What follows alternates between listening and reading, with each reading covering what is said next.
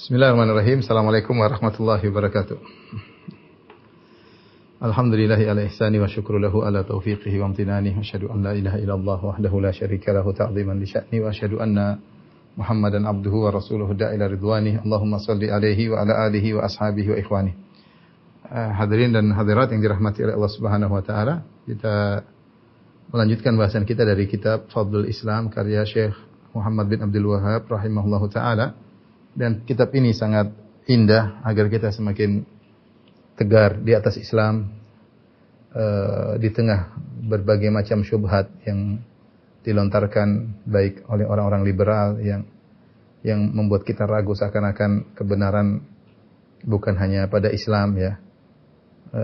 Maka kita butuh mempelajari buku-buku seperti ini ya, menegarkan kita di Islam agar kita wafat dalam kondisi bertauhid kepada Allah Subhanahu wa taala, tegar di atas Islam ya, dan berusaha menjalankan Islam yang murni ya. Jadi buku ini manfaatnya secara umum membuat kita tegar di atas Islam, di atas tauhid sehingga kita meninggalkan agama-agama yang lain. Yang kedua adalah agar kita berada di atas Islam yang murni, tidak terpengaruh dengan perkara-perkara yang menyusup dalam Islam padahal dia bukan daripada Islam, seperti bid'ah-bid'ah, khurafat-khurafat ya, dan yang lainnya ya. Baik, kita masuk pada pembahasan berikutnya, bab qaulillahi ta'ala wa may yabtaghi ghairal islami dinan fala yuqbala min. Firman Allah Subhanahu wa taala ya, kata Allah Subhanahu wa taala,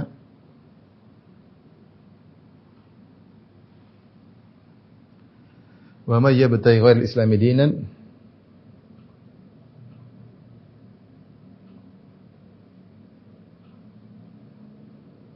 falan yuqbala min.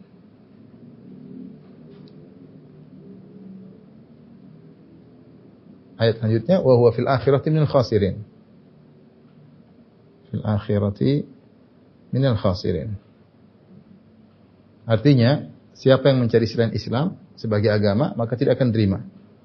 Siapa yang mencari ajaran atau agama selain Islam,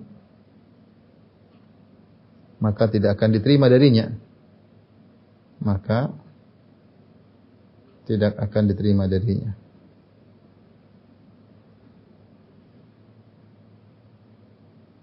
Wa huwa fil akhirati minal khasirin, dan dia di akhirat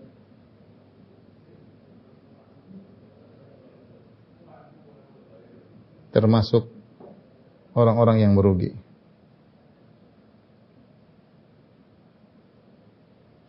Di sini ada perhatikan di sini Allah Subhanahu wa taala mengatakan wa may yabtaghi ghairal islami dinan. Siapa yang mencari agama selain Islam, agama apapun, perhatikan. Agama apapun selain Islam.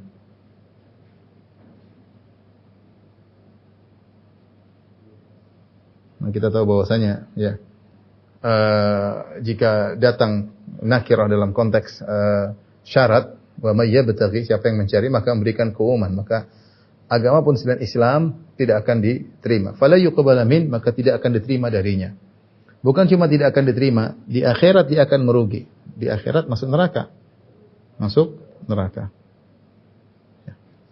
Jadi adalah akidah yang mendasar bagi kaum muslimin. Dan pembahasan tentang ini, kalau kita pahami dari buku Fadlul Islam karya Syekh Muhammad bin Wahhab rahimahullahu taala, maka ayat ini bisa kita bawakan kepada dua makna ya. Dibawakan kepada dua makna, yaitu terkait dengan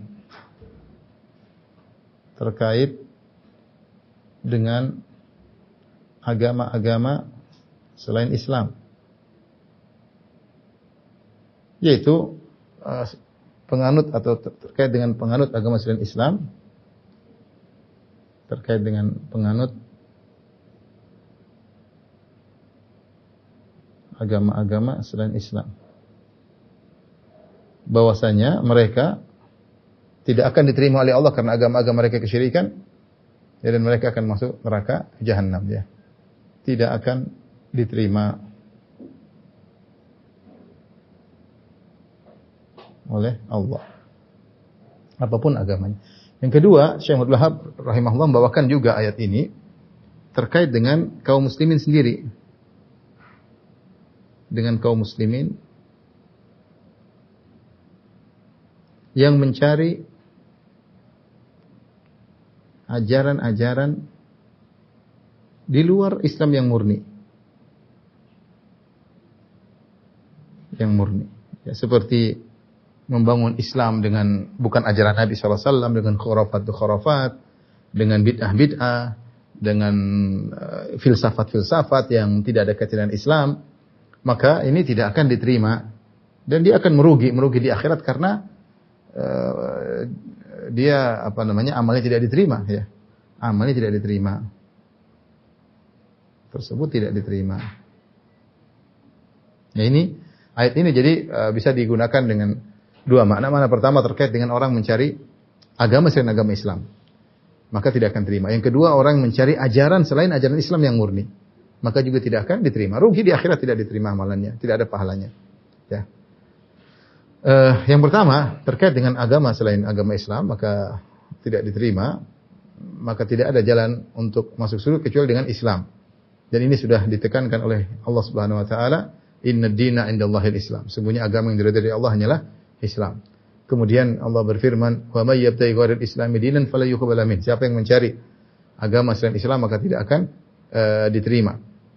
Kemudian juga dalam hadis dalam Sahih Muslim kata Nabi sallallahu alaihi wasallam, "La yasma'u bi ahadun min hadhil ummah Yahudiyun aw Nasraniyun thumma yamutu wa lam yu'min billadhi ursiltu bihi illa kana min ahlin nar." Tidak seorang pun dari umat ini yang mendengar tentang aku, seorang pun siapapun dia, Yahudi atau Nasrani, kemudian dia meninggal dalam kondisi tidak beriman kepadaku, kecuali dia akan masuk dalam neraka Jahannam. Maka sepakat bahwasanya agama setelah Islam, selain Islam maka tidak diterima. Islam datang semua agama menjadi mansukh.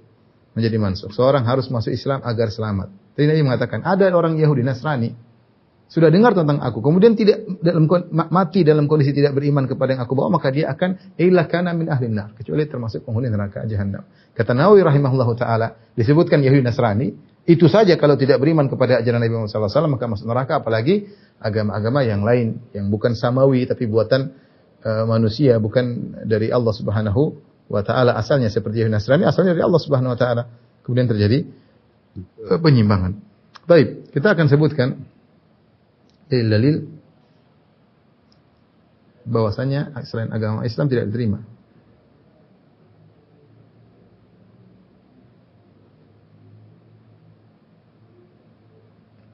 Diterima dan masuk neraka. Kenapa saya perlu tekankan hal ini? Karena kita tahu banyak suara-suara sumbang dari orang-orang liberal yang ingin menyatakan bahwasanya bisa masuk surga tanpa Islam. Orang bisa masuk surga dengan Yahudinya, orang bisa masuk surga dengan Nasraninya, orang bisa masuk surga dengan Buddha dan Hindunya, orang bisa masuk surga dengan agama apapun, dengan budaya, dengan keyakinan, dengan apapun, dia bisa masuk surga. Yang penting bagi mereka akhlak yang baik. Akhlak yang baik. Karena agama ini sebagian mereka menganggap hanyalah sekedar sarana untuk berakhlak yang mulia, dan orang berakhlak mulia bisa dengan agama manapun, ya. Bisa dengan agama manapun, ya. Tapi ini sudah kita bahas, kita bilang tidak. Agama diutus oleh Allah Subhanahu wa taala untuk mewajibkan bagi hamba-hambanya untuk beribadah kepada Al-Khaliq, kepada Tuhan. Ya. Kata Allah Subhanahu wa taala, "Ma khalaqtul jinna wal insa illa liya'budun." Tidaklah aku ciptakan jin dan manusia kecuali untuk beribadah kepadaku. Itu tujuan inti agama. Agar makhluk yang diciptakan menyembah kepada Sang Pencipta semata, tidak menyembah kepada selain Pencipta, tidak menyembah kepada manusia, tidak menyembah kepada hewan, tidak menyembah kepada pohon.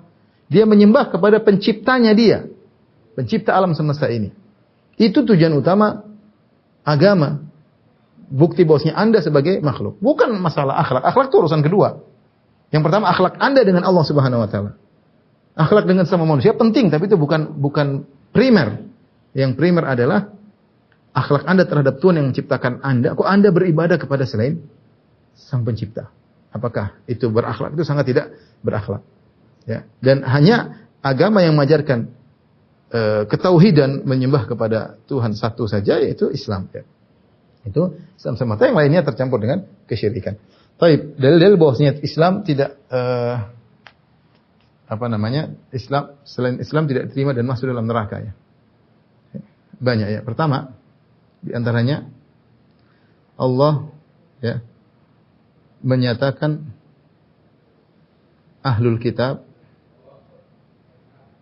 tidak beriman. Dan ini banyak dalam Al-Qur'an ya. Ya, seperti firman Allah, qatilul ladzina la yu'minuna billahi wala bil yawmil akhir. Wala yuharrimuna ma haramallahu wa rasuluhu wala yudinul haqq. Minal ladzina utul kitaba hatta yu'tul jizyata an yadin wa hum saghirun. Wa hum saghirun dalam surat At-Taubah.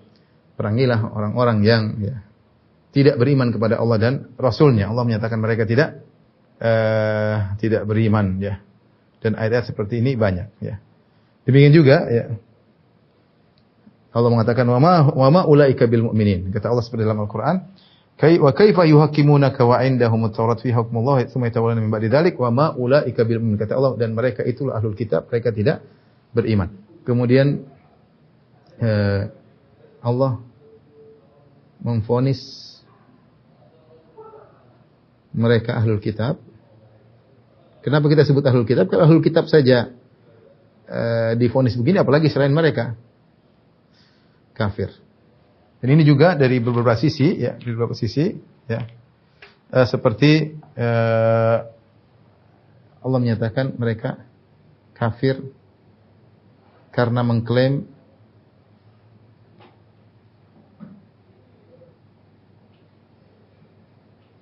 Nabi Isa adalah Tuhan.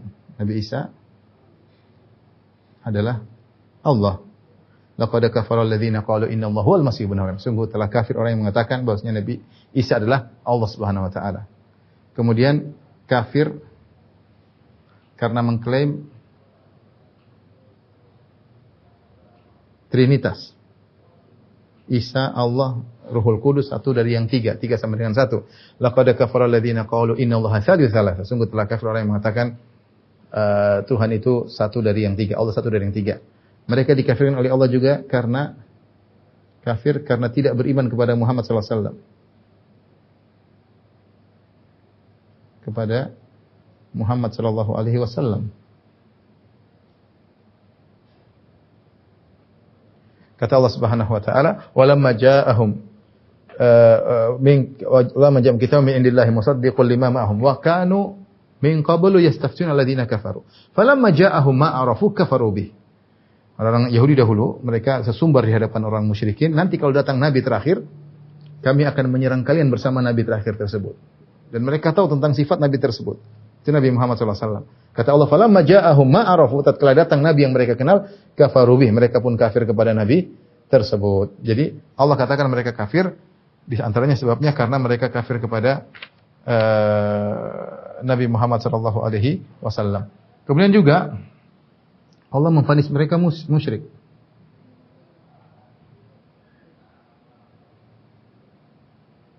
Ini saya tekankan agar kita tidak boleh ragu bahwa selain Islam musyrik. Ya.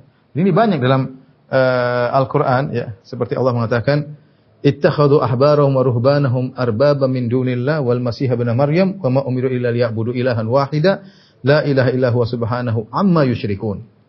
Dalam surat At-Taubah 31 kata Allah, ittakhadhu ahbarahum, mereka menjadikan pendeta-pendeta mereka wa ruhbanahum, ahli ibadah mereka, arbaba min dunillah, tandingan-tandingan selain Allah. Itu apa yang mereka haramkan mereka ikut haramkan, apa yang mereka halalkan ikut mereka halalkan. Wal Masih ibn Maryam, dan mereka menjadikan Masih Isa bin Maryam sebagai tandingan bagi Allah. Wa ma umiru illa liya'budu ilahan wahida, dan mereka tidak diperintahkan kecuali untuk beribadah kepada ilah yang satu, Tuhan yang satu. La ilaha illa huwa, tidak ada Tuhan yang berhak disembah kecuali Allah. Subhanahu amma yusyrikun, maha suci Allah dari apa kesyirikan yang mereka lakukan. Allah sebut mereka musyrik. Allah sebut mereka musyrik. Allah mengatakan ya, kata Allah Subhanahu wa taala juga di antaranya ya, pada hari kiamat kelak Allah mengatakan, wa idz qala Allahu ya Isa ibn Maryam anta qulta lin-nasi ittakhiduni wa ummi ilahaini min dunillah. Wahai Isa bin Maryam, nanti pada hari kiamat kelak Allah hadirkan Nabi Isa di hadapan orang-orang Nasara. Allah berkata, wahai Isa, apakah kau pernah perintahkan kepada pengikutmu, jadikanlah aku dan ibuku sebagai Tuhan-Tuhan selain Allah Subhanahu wa taala ya. Di sini Allah menjelaskan bahwasanya menjadikan Nabi Isa sebagai sembahan berarti mengambil tandingan-tandingan bagi Allah Subhanahu wa taala. Ini menunjukkan bahwasanya mereka divonis musyrik oleh Allah Subhanahu wa taala ya. Kemudian juga di antaranya, dan ini ayatnya banyak. Yang keempat, Allah memvonis mereka di neraka.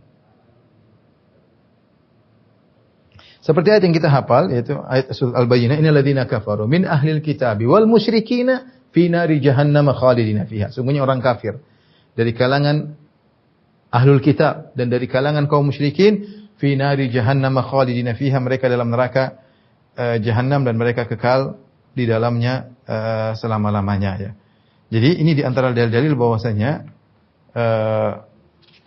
mereka divonis kafir karena mereka tidak mengikuti ajaran Nabi Muhammad sallallahu alaihi wasallam ya. Baik. Kemudian di antara kewajiban dalil bahwasanya wajibnya hanya mencari Islam ya. Dalil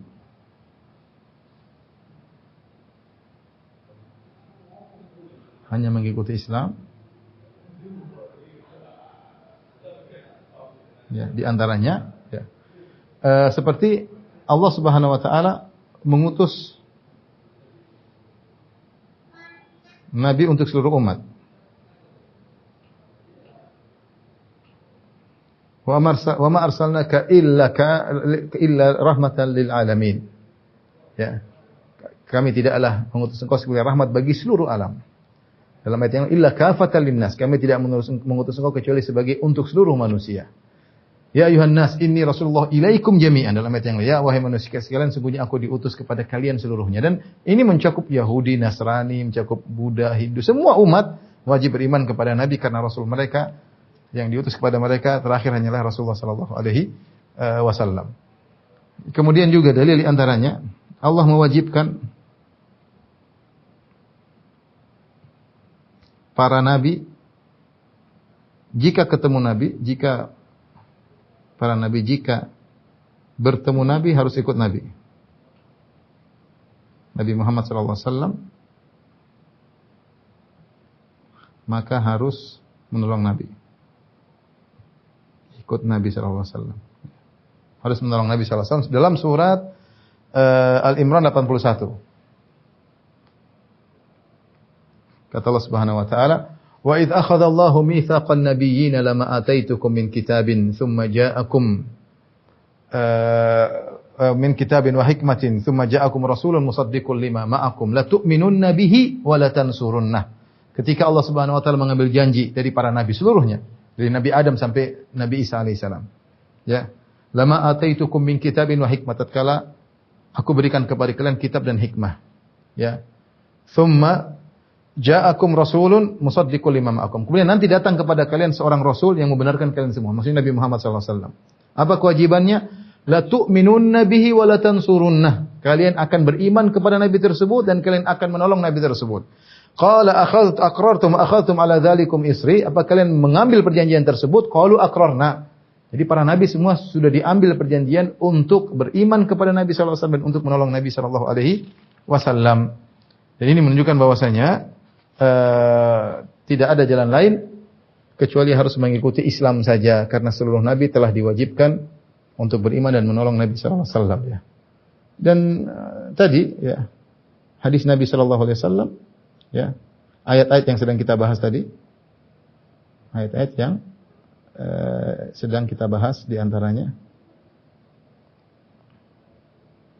siapa yang mencari selain Islam maka masuk neraka. Wa may yabtaghi ghairal Islam dinan fala yuqbal min. Siapa yang mencari agama selain Islam maka tidak akan diterima darinya. Ini muqaddimah untuk saya jelaskan bahwasanya selain Islam tidak diterima ya, karena selain Islam adalah agama kesyirikan. Baik, kita masuk pada pemahaman yang kedua. Jadi kita kembali, saya sebutkan tadi bahwasanya ayat ini, wa may yataghir islami dinan fala yuqbal min, siapa yang mencari agama selain Allah tidak diterima darinya, bisa dimaknakan kepada dua. Pertama terkait dengan penganut agama selain Islam, maka mereka tidak akan diterima oleh Allah dan mereka akan divonis masuk neraka jika mereka tidak beriman kepada Nabi sallallahu alaihi wasallam. Dan sudah kita jelaskan tadi dalil-dalilnya. Ya. bahwasanya mereka divonis kafir, mereka divonis masuk neraka, mereka dikatakan musyrik, mereka dikatakan tidak beriman. Kemudian juga Allah mengatakan Nabi diutus untuk seluruh umat manusia wajib beriman kepada Nabi. Bahkan para Nabi disuruh beriman kepada Nabi Muhammad SAW. Adapun makna yang kedua, barang siapa yang beramal selain ajaran Islam yang murni maka tidak akan diterima. Ini juga makna kedua dari ayat ini. Sehingga siapa yang mencari ajaran selain yang diajarkan dalam Islam yang murni berupa bid'ah-bid'ah, khurafat-khurafat, filsafat-filsafat, logika-logika, ya, dan lain-lainnya, maka tidak akan diterima oleh Allah Subhanahu wa taala. Dan ini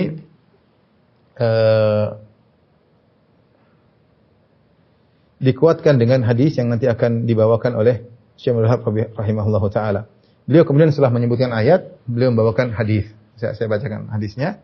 Ya. Qala Rasulullah sallallahu alaihi wasallam, Rasulullah SAW bersabda dalam hadis riwayat Al-Imam Ahmad. Ya, tetapi hadis ini riwayat perawinya thiqah, tetapi di sini permasalahannya ada periwayatan dari Al-Hasan dari Abu Hurairah radhiyallahu taala anhu. Hasan Al-Basri apakah meriwayatkan dari Abu Hurairah radhiyallahu anhu? Maka ini ada perbincangan di kalangan para ulama. Ala kulli hal kita bacakan hadisnya. Kata Nabi sallallahu alaihi wasallam, "Taji'ul a'malu yaumal qiyamah." Pada hari kiamat kelak amal-amal akan hadir di hadapan Allah Subhanahu wa taala. Fataji'us salatu, maka salat datang. Fataqulu ya Rabbi ana salatu. Maka salat mengatakan ya Rabbku aku adalah salat ya. Ini dan kita tahu bahwasanya ini adalah hari kiamat, kita beriman secara zahir hadis karena kita tahu amal meskipun amal soleh meskipun dia merupakan suatu yang abstrak, tapi Allah bisa menghadirkan secara konkret. Seperti dalam hadis disebutkan bahwasanya Al-Quran akan datang pada hari kiamat kelak, kemudian beri syafaat kepada pembacanya. Ya. Al-Quran berkata kepada Allah, ya Allah, syfa'ni fihi, ya. Mana'tuhu minan naum, ya Allah aku telah mencegah dia dari tidur malam karena dia baca aku. Maka berilah izin kepadaku untuk beri syafaat kepada orang ini. Demikian juga puasa. Puasa datang pada hari kiamat mengatakan mana'tuhu minat ta'am, ya Allah aku menghalang dari makan dan minum dari syahwat. Biarkan aku beri syafaat kepada orang ini. Demikian juga dalam hadis disebutkan pada di alam barzakh maka seorang akan dihadirkan dengan seorang yang lain yang hadir di alam barzakh dalam rupa yang sangat indah. Maka dia bertanya, siapa engkau? Maka orang yang rupa indah ini berkata, ana amaluka saleh, aku adalah amal solehmu selama di dunia. Itu aku adalah salatmu, adalah sedekahmu, berbakti kepada orang tuamu. Allah hadirkan yang abstrak tersebut dalam bentuk konkret, dalam bentuk seperti seorang manusia. Demikian juga pada hari kiamat kelak disebutkan bahwasanya amalan akan ditimbang di daun timbangan, tentunya ditimbang dari sesuatu yang abstrak kemudian dijadikan konkret. Dan kita beriman itu semua mudah bagi Allah Subhanahu wa taala untuk menjadikan sesuatu yang abstrak menjadi diberi simbol seperti sesuatu yang konkret. Nah, dalam hadis ini juga demikian. Amal-amal akan datang pada hari kiamat, maka datanglah salat. Kemudian dia berkata, "Ya Rabbku, saya adalah salat." Allah berkata, "Innaki ala khair." Engkau di atas kebaikan. Tsumma taji'u shadaqah, kemudian sedekah datang kepada Allah. Fataqulu ya Rabbi ana shadaqah. Maka sedekah berkata, "Ya Rabbku, saya adalah sedekah." Yaitu dia ingin menunjukkan bahwasanya saya punya pahala, saya siap memberi syafaat kepada orang yang bersedekah. Fayaqulu innaki ala khair. Allah berkata, sungguhnya engkau dalam kebaikan wahai sedekah. Tsumma yaji'u siyam fayaqulu ay Rabbi ana siyam. Kemudian puasa datang berkata, wahai Rabbku, sungguhnya aku adalah puasa. Itu aku akan beri syafaat kepada orang yang berpuasa. Fayaqulu innaka ala khair. Allah berkata engkau dalam kebaikan. Tsumma taji'ul a'malu ala dzalik. Kemudian amal-amal pun seperti itu datang kepada Allah memberitahukan saya adalah amal ini, saya adalah amal ini, saya adalah birrul walidain dan seterusnya. Dan Allah selalu menjawab innaki ala khair. Kemudian Nabi berkata, "Tsumma yaji'ul Islam." Kemudian datang Islam. Fayaqulu ya Rabbi antas salam wa anal Islam. Maka Islam berkata, "Ya Allah, sungguhnya engkau adalah as-salam," yaitu Maha memberi keselamatan. "Wa anal Islam," dan aku adalah Islam. Ya. Maka Allah berkata, "Innaka ala khairin, bikal yauma akhudhu wa bika u'ti." Engkau di atas kebaikan wahai Islam, dan dengan engkaulah aku akan menghukum, dan dengan engkaulah aku akan memberi. Kata Allah, bika al-yawma akhudhu, bika al-yawma akhudhu, pada hari ini dengan engkaulah. Akhudhunya dua makna. Ada yang mengatakan akhudhu maksudnya dengan engkaulah aku akan menerima amal-amal yang lain. Atau dalam pengertian yang dengan engkaulah aku akan menghukum. Wa bika u'ti, dengan engkaulah aku akan beri ganjaran. Ya. Jadi Allah menjelaskan seluruh amalan-amalan sebelumnya, dalam hadis ini Rasulullah SAW menjelaskan seluruh amalan-amalan sebelumnya, baik salat, baik sedekah, baik puasa, semuanya tergantung kepada Islam. Ya, tergantung kepada Islam. Kalau Islamnya benar, maka akan diberikan seluruh pahala amalan tersebut atau diizinkan untuk memberi syafaat. Jika Islamnya salah, maka tidak akan diberi ganjaran. Ya, tergantung kepada Islam seseorang. Ini hadis menguatkan bahwasanya seorang memurnikan Islamnya karena kemudian Islamnya itulah yang menjadikan amal dia diterima atau tidak. Nah, dengan memurnikan Islam yaitu seorang berusaha beramal saleh, ikhlas kepada Allah Subhanahu wa taala dan sesuai dengan sunnah Nabi sallallahu alaihi wasallam. Kemudian beliau Syekh Muhammad bin Abdul Wahhab rahimahullah taala juga membawakan hadis yang lain. Wa fi sahih an Aisyah radhiyallahu anha. Dalam hadis yang sahih dari Aisyah radhiyallahu anha dalam sahih Muslim, anna Rasulullah sallallahu alaihi wasallam bersabda, "Man amila amalan," atau dalam riwayat Ahmad ya, "Man amila amalan laisa alaihi amruna fahuwa rad." Ya. Ini sama dengan hadis man ahdatsa fi amrina hadza ma laysa min fahuwa rad. Dalam sebagian lafal man amila amalan, siapa yang melakukan suatu amalan apapun laisa alaihi amruna, tidak ada perintah dari kami, fahuwa rad, maka dia tertolak. Ini menguatkan makna kedua dari wa may yabtagil islami dinan ghair wa may yattabi ghair islam. Siapa yang mencari agama selain Islam yang murni. Seorang mencari ajaran-ajaran, melakukan amalan-amalan yang tidak diajarkan oleh Nabi sallallahu alaihi wasallam maka tertolak.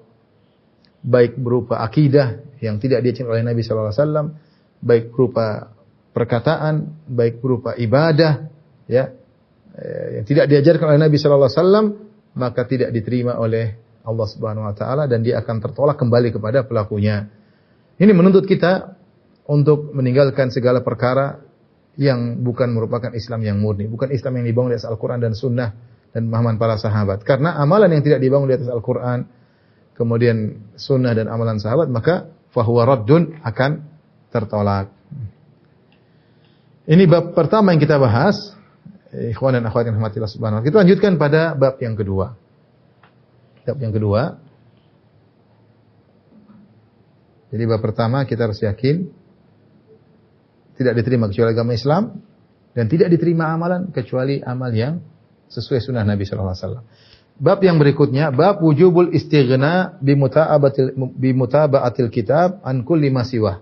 Artinya bab wajibnya merasa cukup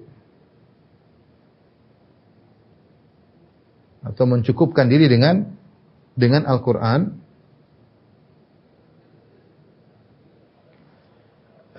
dari selain Al-Qur'an.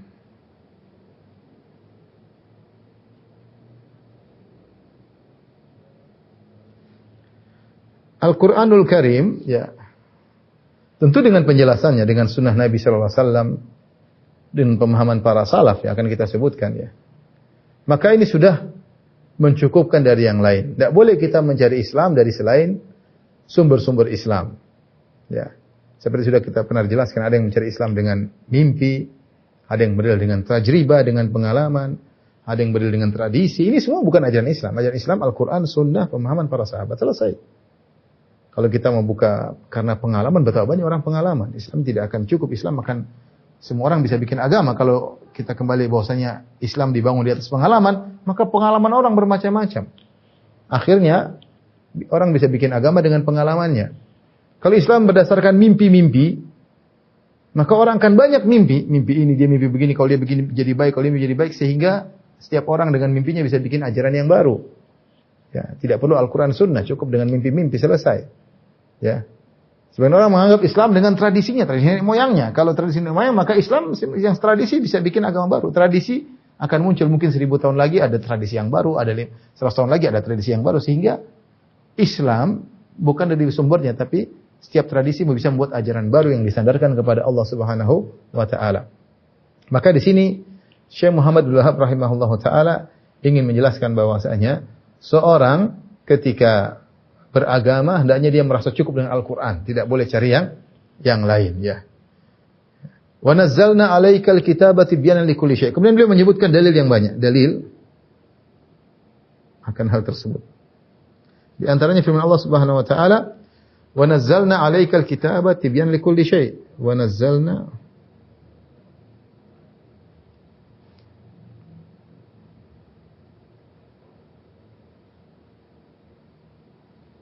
kitab tibyanan likulli syai'. Kami turunkan kepada engkau Al-Quran. Al-Quran adalah penjelasan. Al-Quran sebagai penjelas bagi segala sesuatu.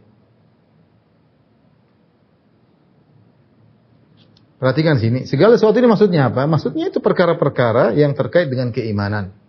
Ya. Perkara-perkara yang terkait dengan keimanan dan petunjuk, ya. Bukan maksudnya Al-Quran menjelaskan sesuatu, menjelaskan matematika, fisika, enggak. Al-Quran diturunkan bukan itu, ya.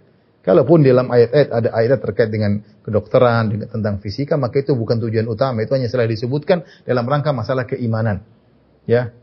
Seperti Allah menyebutkan tentang proses penciptaan manusia dalam perut, ya, itu sesungguhnya terkait dengan ilmu kedokteran. Tapi itu bukan maksudnya. Maksudnya Allah yang menjelaskan bahwasanya Tabarakallahu ahsanul khaliqin. Maksudnya Allah sebaik-baik pencipta, ya.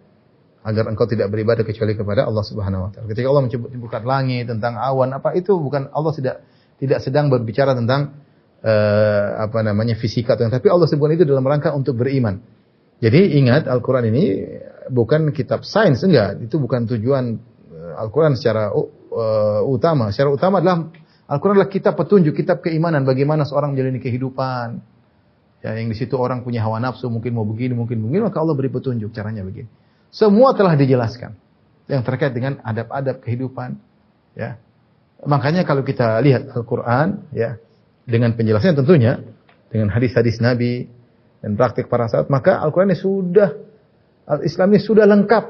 Sudah lengkap. Kita bilang dalam agama mana yang lengkap seperti Al-Qur'an? Semuanya dibahas. Islam ini semuanya dibahas. Tentunya tidak serta-merta harus tekstual Al-Qur'an, tetapi butuh penjelasan dari Nabi sallallahu alaihi wasallam. Karena dalam Al-Qur'an Allah berfirman, "Wa ma atakumur rasulu fakhudhuh, wa ma nahakum anhu fantahu."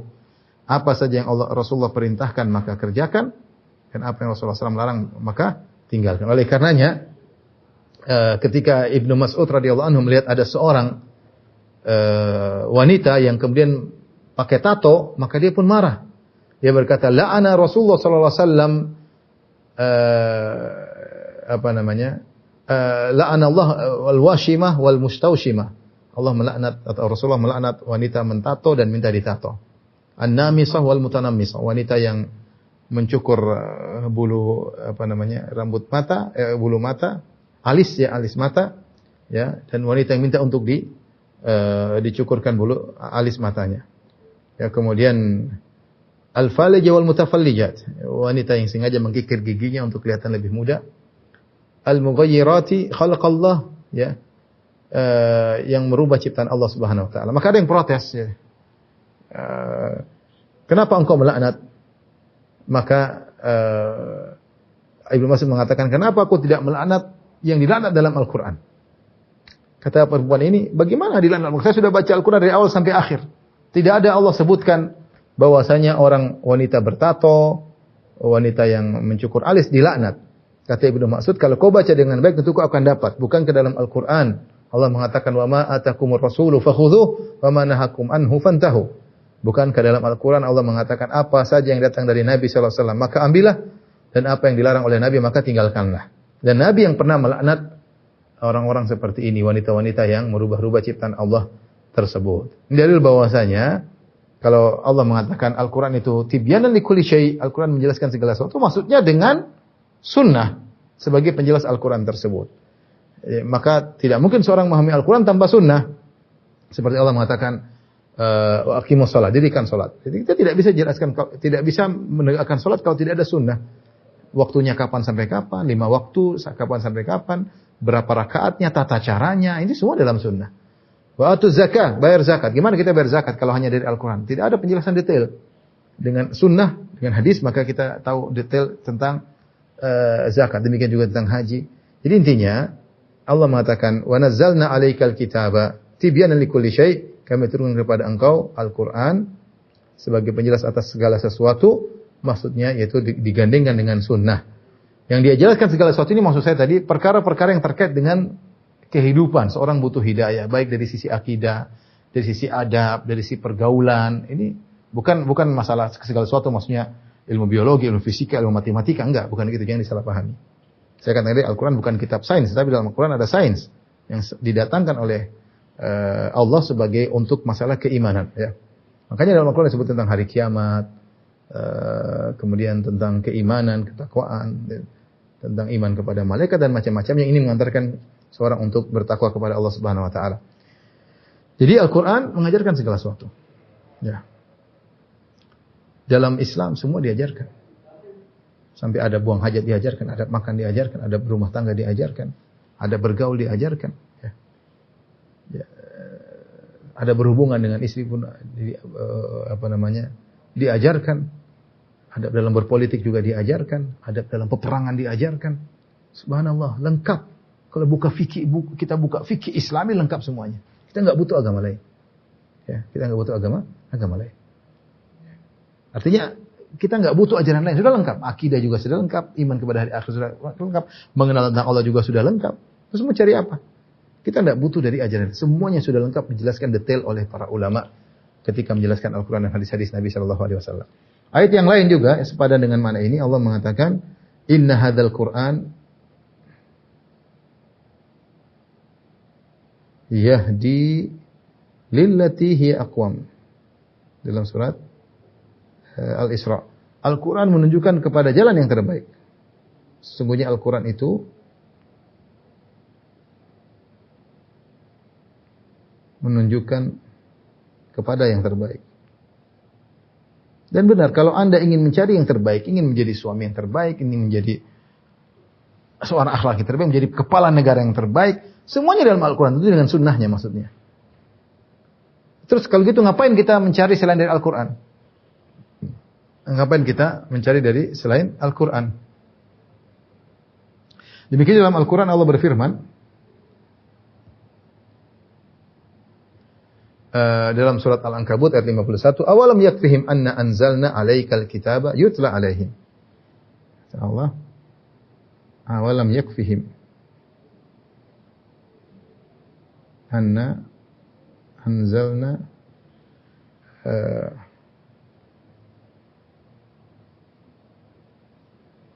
alaikal kitaba yutla alaihim.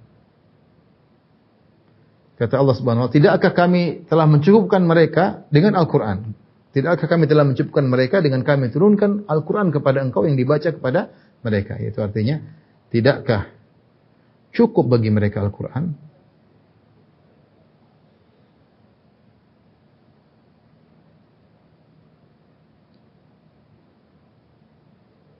Jawabnya cukup.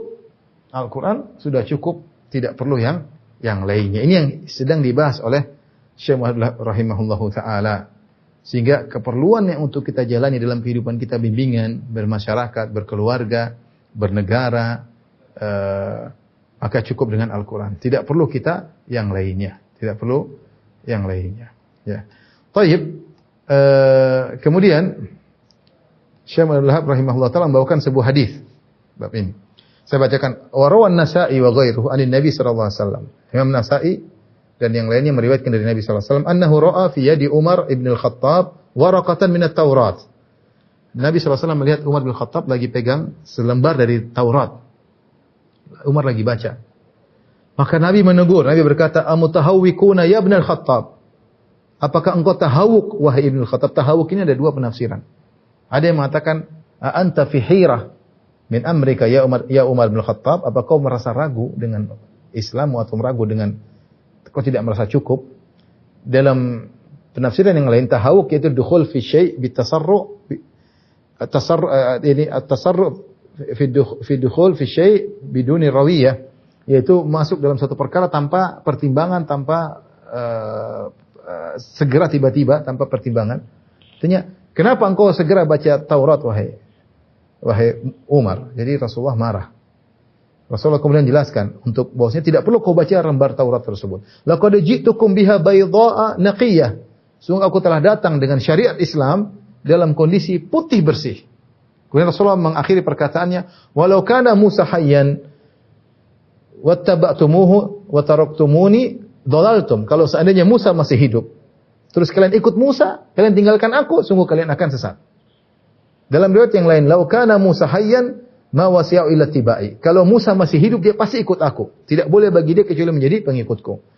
Ketika Umar ditegur oleh Nabi sallallahu alaihi wasallam, Umar berkata, "Raditu billahi rabban wa bil islami dinan wa bi Muhammadin nabi." Aku ridha Allah sebagai Tuhanku. Aku ridha Islam sebagai agamaku dan aku ridha Muhammad sebagai nabiku. Ini hadis yang sangat tegas. Jadi kita kembali hadis ini menjelaskan cukup dengan Islam, tidak butuh yang lainnya. Jadi Umar suatu hari pegang lembaran Taurat. Nabi lihat, Nabi tegur. Nabi mengatakan, engkau masih ragu ya Umar? Atau dalam tafsiran yang lain, kenapa kau buru-buru harus baca Taurat? Quran sudah cukup, Islam sudah cukup. Ya. Ya. Kata Nabi, laqad ji'tukum biha baydha'a naqiyah. Aku telah datangkan kepada engkau syariat Islam yang putih bersih. Ya. Seandainya Musa masih hidup, kalian ikut dia, tinggalkan aku, kalian sesat. Kalau Musa masih hidup, alaihissalam, dia pasti mengikutiku. Tidak ada jalan bagi dia kecuali mengikuti aku, karena wajib bagi dia untuk mengikuti aku. Ya, dan ini sudah kita jelaskan tadi dalam Al-Qur'an dalam surat Al-Imran ayat 81. Wa idh akhadallahu mitsaqan nabiyyina lama ataitukum min kitabin wa hikmatin thumma ja'akum rasulun musaddiqun lima ma'akum la tu'minunna bihi wa la tansurunna qala aqrartum wa akhadhtum ala dzalikum isri qalu aqrarna. Ketika Allah mengambil janji mitsaq, janji dari para nabi, dari Nabi Adam sampai Nabi Isa, diambil janji oleh Allah Subhanahu wa taala. Ketika aku berikan kepada kalian wahai para nabi kitab suci dan juga hikmah. Kemudian datang nanti suatu saat setelah kalian seorang nabi, yaitu Nabi Muhammad SAW, yang membenarkan kalian. La tu'minunna bihi wa la tansurunna. Apakah kalian nanti akan beriman kepada nabi tersebut dan kalian akan menolongnya? Qalu akhadtum ala aqrartum wa akhadtum ala dzalikum isri. Kalian mau mengambil perjanjian ini? Kata mereka, qalu aqrarna, kami ambil perjanjian ini. Jadi mereka disumpah oleh Allah, diambil sumpah untuk kalau datang Muhammad SAW, mereka akan beriman dan akan menolong. Maka Nabi SAW mengatakan, kalau Nabi Musa masih hidup, dia pasti akan ikut aku. Dan ini jawaban yang sangat luar biasa. Dan benar, Nabi Musa tidak bertemu dengan Nabi SAW. Tapi ada setelah Nabi Musa yang bertemu dengan Nabi Muhammad, itu Nabi Isa AS.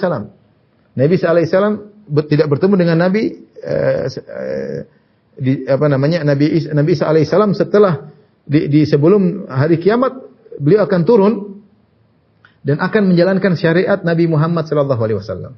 Bahkan dia bermakmum kepada salah seorang umat Nabi Muhammad SAW, yaitu Imam Mahdi. Ya. Dia tidak menjalankan syariatnya, tapi dia menjalankan syariat Nabi Muhammad SAW. Padahal Nabi SAW sudah meninggal dunia ketika itu. Ya. Apalagi Nabi sudah meninggal dunia, Nabi Isa masih menjalankan syariat Nabi Muhammad SAW. Bahkan dia bermakmum kepada Imam Mahdi ketika sholat subuh. Ya. Dan perhatikan perkaranya tidak semudah yang kita bayangkan ya. Nabi tidak hanya mengatakan Tauratnya, bahwasanya Taurat sudah mansuh, tidak perlu, cukup dengan Al-Quran. Bahkan Nabi Musanya kalau hidup akan jadi pengikutku, akan jadi pengikutmu. Ini dalil bahwasanya kita harus merasa cukup dengan Al-Quran, dengan Sunnah tentunya. Kita tidak butuh dengan ajaran yang lain, tidak butuh. Padahal Taurat, perhatikan Taurat, ya. Dulu adalah kitab suci yang Allah turunkan kepada Nabi Musa alaihissalam. Ya. Itu pun tidak boleh kita baca. Kalau dalam rangka untuk mencari petunjuk juga perlu. Karena yang di Al-Quran sudah cukup. Apalagi Taurat, seandainya Taurat tidak ada perubahan, seandainya bersih suci, tidak ada penyelewengan, tidak ada perubahan, tidak ada distorsi, kita nggak perlu. Kita Al-Quran dan sudah cukup. Apalagi ketika Taurat sudah mengalami perubahan, ada penambahan, ada pengurahan, ada tafsiran yang salah, ya. Sebagaimana kita dapati dalam isi Taurat, ya. Di situ disebutkan hal-hal yang aneh seperti Allah menyesal misalnya. Dan banyak saya sebutkan dalam pengajian khusus bagaimana dalam Taurat tentang Allah Subhanahu, tentang juga para nabi. Bagaimana para nabi, ya, di antara mereka ada yang begini, ada yang kufur, ada yang syirik, ada yang berzina, macam-macam, ada yang minum khamar, dan macam-macam ya. Dan itu tidak layak dalam agama kita. Artinya Artinya kalau Taurat saja tidak mengalami perubahan, kita tidak perlu Taurat. Karena sudah Nabi SAW dan syariatnya, apalagi Taurat yang sudah mengalami perubahan. Maka Umar pun ditegur. Ketika Umar ditegur, maka dia mengatakan, Raditu billahi rabb, aku ridho Allah sebagai Tuhanku. Itu Tuhan sebagai penciptaku, pemberi rezekiku, yang menurunkan syariat. Wabil Islami dina, dan aku ridho Islam sebagai aku tidak butuh dengan agama yang lain. Wabi Muhammadin nabiyyan wa rasul, aku ridho Muhammad sebagai nabi, aku tidak butuh dengan orang lain. Ridho dengan Nabi sebagai Muhammad sebagai nabiku, dengan syariatnya, dengan sunnah-sunnahnya aku ridho. Ya. Maka di antara zikir pagi petang kita berdoa berkata raditu billahi rabba wa Nabi Muhammad nabi wa rasulah, untuk kita ikrarkan bahwasanya saya ridho dengan Islam, saya tidak butuh dengan yang lainnya. Sebagaimana saya ridho Allah sebagai Tuhan, saya tidak butuh dengan Tuhan-Tuhan yang lain. Sebagaimana saya ridho Muhammad sebagai nabi, saya tidak butuh dengan ajaran nabi-nabi yang lain. Dari sini Umar ditegur oleh Nabi SAW, sehingga banyak ulama yang melarang kita untuk melihat lembaran-lembaran Taurat, perjanjian lama kalau sekarang, ya tidak boleh kita melihat. Ya, karena Umar saja ditegur oleh Nabi SAW. Namun sebenarnya mengatakan boleh kalau seorang memang pakar ahli, dan dia akidahnya kuat, dan dia memang ingin menjelaskan tentang penyimpangan yang ada agar orang-orang bisa masuk Islam, ya. Sebagaimana Allah berfirman, wala tujadil ahlul kitab illa billati hi ahsan, janganlah kalian berdebat dengan ahlul kitab dengan cara yang baik. Tentunya ketika kita berdebat, kita harus tahu apa yang ada di pemahaman mereka dengan kita membaca kitab suci mereka. Demikian juga ketika Rasulullah SAW mengutus Mu'adz bin Jabal, kata Rasulullah SAW, innaka ta'ti qauman ahla kitab. Sesungguhnya kau akan mendatangi suatu kaum dari ahlul kitab. Artinya persiapkanlah dirimu. Kau akan bertemu dengan orang yang punya pemikiran. Kenalilah akidah mereka untuk bisa berhadapan dengan mereka, berdiskusi dengan mereka. Tapi para ulama banyak yang mengatakan tidak boleh baca sama sekali. Enggak perlu, karena kita enggak perlu. Jadi pendapat yang benar, kita tidak boleh baca kitab-kitab yang lain dalam rangka mencari petunjuk. Enggak boleh. Karena petunjuk Al-Quran sudah cukup, sunnah nggak ada. Kita mau apa? Anda mau berumah tangga, ada dalilnya, ada. Anda mau, semua adab sudah diajarkan. Ada bergaul aja diajarkan, ada berteman diajarkan, adab makan, adab minum, hajat. Terus mau cari dari mana lagi? Adakah agama yang detail seperti agama kita? Tidak ada. Sudah sempurna, Islam sempurna. Al-yawma akmaltu lakum dinakum. Pada hari ini aku telah sempurnakan bagimu agama bagi kalian, Islam bagi kalian. Ya.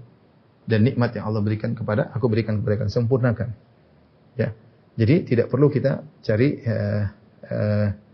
yang lain, ya. Jadi tidak boleh kita baca Taurat ini dalam rangka mencari petunjuk, nggak boleh. Ya, sudah cukup Al-Quran. Kita boleh baca bagi orang yang pakar, boleh dalam rangka untuk menjelaskan penyimpangan yang ada, pertentangan dengan Al-Quran misalnya, ya. Sebenarnya dilakukan oleh para ulama seperti Ibnu Taimiyah punya buku Al-Jawab As-Sahih liman Baddala Dinal Masih, jawaban yang sahih kepada orang yang merubah agama Nabi Isa. Itu jawaban dari Nasara. Demikian juga Ibnu Qayyim punya buku Hidayatul Hayara, petunjuk kepada orang-orang yang bingung, ya, tentang fi ajwibatil Yahud wa Nasara, jawaban terhadap orang-orang Yahudi Nasara. Seperti Rahmatullahil Hindi punya buku bantahan terhadap orang Nasara, bagus, ya. Jadi tidak apa-apa kalau yang pakar ahli, tapi tidak boleh kita membaca dalam rangka mencari petunjuk karena Al-Quran sudah cukup. Nah, kalau Taurat dan Injil saja yang dulu pernah turun dari langit dan pernah menjadi kitab suci, tidak boleh kita jadikan bahan untuk mencari petunjuk, untuk belajar akidah, untuk tidak perlu. Apalagi kita kemudian mencari akidah dari buku-buku yang enggak jelas, dari filsafat-filsafat Yunani, ya, dari teori-teori ini, subhanallah, sebagian orang cari akidah dengan filsafat.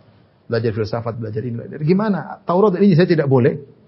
Apalagi mengambil akidah dan ilmu filsafat dan ilmu-ilmu yang semacamnya dari tradisi dari kita enggak perlu, kita cukup Al-Quran dan Sunnah. Bukankah Al-Quran dan Sunnah telah menjadikan para salaf dahulu menjadi hebat, jadi orang bertakwa? Kita bertakwa tidak perlu dengan selain Al-Quran dan Sunnah. Al-Quran dan Sunnah sudah cukup buat orang bisa bertakwa. Al-Quran dan Sunnah bisa membuat generasi hebat seperti Abu Bakar, Umar, Utsman dan Ali dan yang lainnya. Terus kita mau cari yang lain? Ya, ini teori itu. Enggak. Cukup Al-Quran dan Sunnah. Maka di antara kewajiban bagi kita lah hanya mencukupkan diri dengan ajaran Islam. Wallahu ta'ala alam bisawab. Demikian yang saya sampaikan. InsyaAllah kita bersua di kesempatan yang lain. Wabillahi taufiq wal hidayah. Assalamualaikum warahmatullahi wabarakatuh.